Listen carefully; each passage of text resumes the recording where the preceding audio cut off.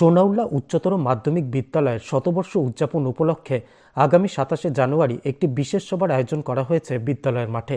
ওই সভাতে বিদ্যালয়ের প্রাক্তন বর্তমান ছাত্র এবং শিক্ষকদের আসার অনুরোধ জানিয়েছেন বিদ্যালয় পরিচালন সমিতির সভাপতি গৌতম দাস।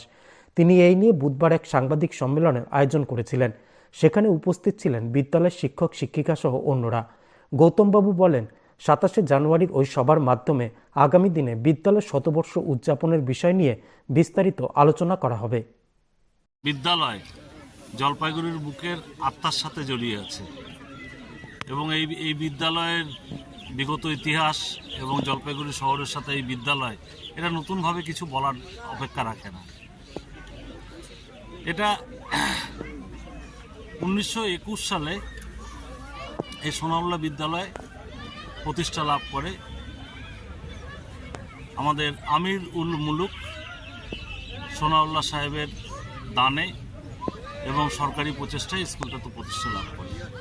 2021-এ শতাব্দী পেরিয়ে আসে, কিন্তু 2021-এ কোভিডের জন্য সেই অনুষ্ঠান আমরা করতে পারিনি। সম্প্রতি আমরা ম্যানেজিং কমিটিতে একটা মিটিং করেছি। সেই মিটিংয়ে আমরা সিদ্ধান্ত নিয়েছি যে আমাদের শতবর্ষ অনুষ্ঠানটা আমরা এটা পালন করব এবং পালন করবার আগে আমাদের যারা স্কুলের প্রাক্তনী রয়েছেন, এই স্কুলের প্রাক্তনী, আমি একজন প্রাক্তনী।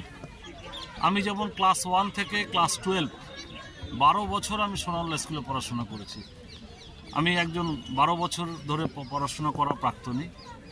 যে প্রাক্তনীরা রয়েছে এখানে জলপাইগুড়িতে লব্ধপ্রতিষ্ঠ প্রাক্তনীরা রয়েছেন, আজকে দেশের বিভিন্ন জায়গায় ছড়িয়ে ছিটিয়ে আছেন, রাজ্যে আছেন, বিদেশেও আছেন।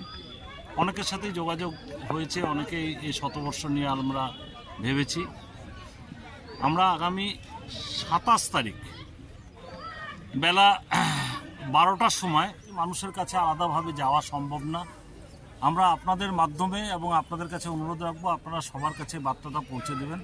আমাদের সমস্ত প্রাক্তনী এবং সেই সঙ্গে আমাদের বিগত দিনের যারা শিক্ষক রয়েছেন, প্রাক্তন শিক্ষক, প্রাক্তন শিক্ষাকর্মী, আমাদের প্রাইমারি যে স্কুল রয়েছেন, প্রাইমারি স্কুলের যারা ছাত্র রয়েছেন প্রাক্তনী, তারাও প্রাইমারি স্কুলেরও শিক্ষক এবং যারা রয়েছেন বর্তমান এবং যারা রিটায়ার্ড অবসরপ্রাপ্ত শিক্ষক রয়েছেন তারা, এবং সবাইকেই আমরা ওই 27 তারিখে 12টার সময় একটা আলোচনা সভাতে সোনাউল্লাহ স্কুল ময়দানে আমরা তাদেরকে আসবার জন্য আমন্ত্রণ জানাচ্ছি।